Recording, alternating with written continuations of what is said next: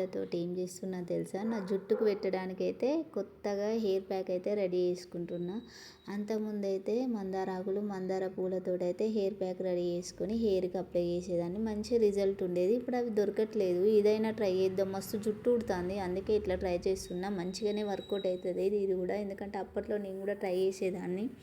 మధ్యలో ఇక బద్ధకం ఉండి ఇట్లా ట్రై చేస్తలేను. చాలా రిస్కే ఉంటుంది. హెయిర్ పెట్టుకోవాలంటే చాలా ఇబ్బంది ఉంటుంది. ఫేస్ మీద అంతా పడుతుంది, డ్రెస్ అంతా ఖరాబ్ అయిపోతుంది. కాబట్టి అప్పుడప్పుడు నేను ఇట్లా ట్రై చేయగానే ట్రై చేస్తే హెయిర్కి అయితే మంచి రిజల్ట్ అయితే ఉంటుంది. ఈ వీడియో మొత్తం చూడండి. ఇందులో నేను మా పిల్లలకు స్నాక్స్ చేసిన మడుగప్పాలు అంటే గదే కారపూస ఏమంటారో తెలియదు కానీ మేమైతే మడుగప్పాలంటాం. మడుగప్పాలు చేసిన, బొప్పాయి కట్ చేసిన పిల్లలతోటి ఉన్న వీడియో ఉంది. ఈ వీడియో మొత్తం చూడండి. కాకరకాయ కర్రీ ఎలా చేయాలో తెలుస్తుంది. ఇంకా చాలామంది చూస్తున్నారు. ఒక్క లైక్ ఇవ్వచ్చు కదండి, లైక్ ఇవ్వచ్చు కదా. ఇప్పుడైతే మా పిల్లలతోటి బొప్పాయి కట్ చేస్తున్నా.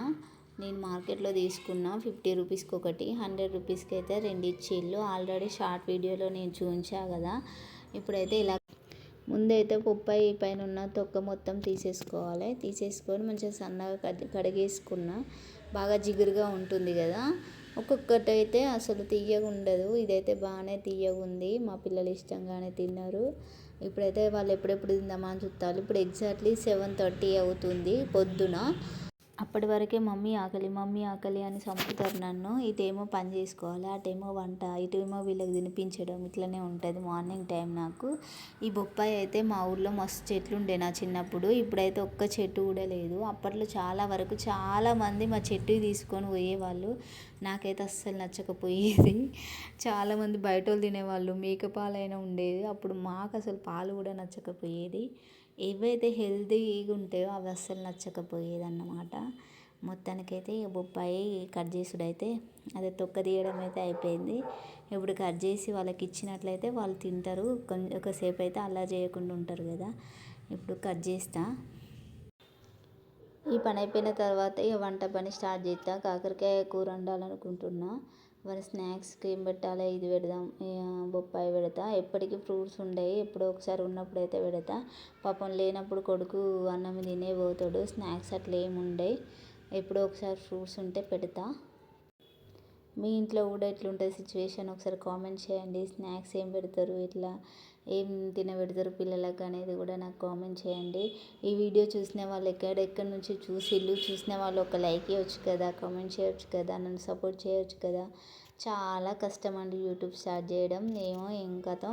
మొత్తానికైతే ఇప్పుడు మడుగులు చేద్దామని ఆ డబ్బాతోటి ఒక డబ్బా శనగపిండి తీసుకున్నా, 2 డబ్బాల బియ్యపిండి తీసుకుంటున్నా. అందులో నువ్వులు వేసిన. అంటే క్లారిటీగా చెప్పట్లేదు, జస్ట్ అట్లా టెంపరీగా నేను ఎట్లా చేసిన అనేది మాత్రమే చూస్తున్నా. అందులో 2 స్పూన్లు 3 స్పూన్ల దాకా నువ్వులు పోసిన, 1 స్పూను ఓమా పోసిన. పోసి సాల్ట్, 2 స్పూన్ల కారం అండ్ ఉప్పు సరిపడంత వేసుకొని చల్లీళ్ళే కలుపుకున్నా. పిండిని బాగా కలుపుకున్నా. కొంచెం వేస్తున్నా కాబట్టి మా పిల్లలకి సరిపోతుంది. పిండిని బాగా కలుపుకోవాలి. ఇన్ని రోజులు అంటే నాకు అసలు అది మడుగులు చేసే పావు కూడా లేకుండే. నేను మొన్ననే ఆర్డర్ ఇచ్చిన, బాగానే పనిచేస్తుంది. ఇప్పుడైతే జీలకర్ర, వెల్లిపాయ గడ్డ ఒకటి తీసుకున్నా, ఉప్పు వేసి మంచిగా మిక్సీ పట్టిన. మెత్తగా పట్టేసి ఆ పిండిలో కలపాలి. కలిపి మంచిగా మెత్తగా కలుపుకోవాలి. అంటే బాగా మెత్తగా కాదు, నార్మల్గా స్మూత్గా ఉండాలి పిండి. అప్పుడే మంచి టేస్ట్ ఉంటుంది. కారం కూడా సరిపడా, ఉప్పు కూడా సరిపడా టేస్ట్ చూసుకుంటేనే అప్పాలనేవి మంచి టేస్ట్ వస్తాయి అన్నమాట. నువ్వులు కూడా టేస్ట్ బాగుంటే ఆయిల్ కూడా తక్కువ ఎగ్గుతుంది. పసుపు కూడా వేసుకున్నాను నేను కొంచెం తగినంత. క్లారిటీగా చూపించలేదు ఈ వీడియోలో. నేను జస్ట్ అట్లా చేసిన అని చెప్పడానికి స్నాక్స్ అయితే చూస్తున్నా. ఇంకా ఇప్పుడైతే కాకరకాయ కూర వండాలి. ముందు కడాయి పెట్టుకొని అందులోకి ఆయిల్ పోసుకొని జీలకర్ర మంచిగా చిటపట అన్న తర్వాత మనం ఉల్లిపాయ, పచ్చిమిర్చి, కరివేపాకు వేసుకున్నాం. పచ్చిమిర్చి ఒకటే వేసుకున్న తర్వాత అందులో సాల్ట్ వేసి, అల్లం వెల్లుల్లి పేస్ట్ 1 స్పూన్ వేసి, పసుపు వేసి మంచిగా ఫ్రై అవ్వాలి. ఫ్రై అయిన తర్వాత మనం సన్నగా కట్ చేసుకున్న కాకరకాయ ముక్కలు వేసుకోవాలి. మూత పెట్టద్దు, మంచిగా అవి దగ్గర పడ్డ తర్వాత టమాటా ముక్కలు వేసి మూత పెట్టుకోవాలి. మూత పెట్టుకొని ఉడికించుకోవాలి. మీడియం ఫ్లేమ్లో ఉడికించుకోవాలి. అందులో కారం వేసుకుని ఒక స్పూను, సరిపడా సాల్ట్ వేసుకోవాలి. మళ్ళీ వేసి చూసుకుంటే వేసుకోవాలి సాల్ట్. తర్వాత కొత్తిమీర వేసుకొని దించేయడమే. చాలా టేస్టీగా ఉంటుంది. కొంచెం కూడా చేదు లేకుండా చాలా బాగుంటుంది.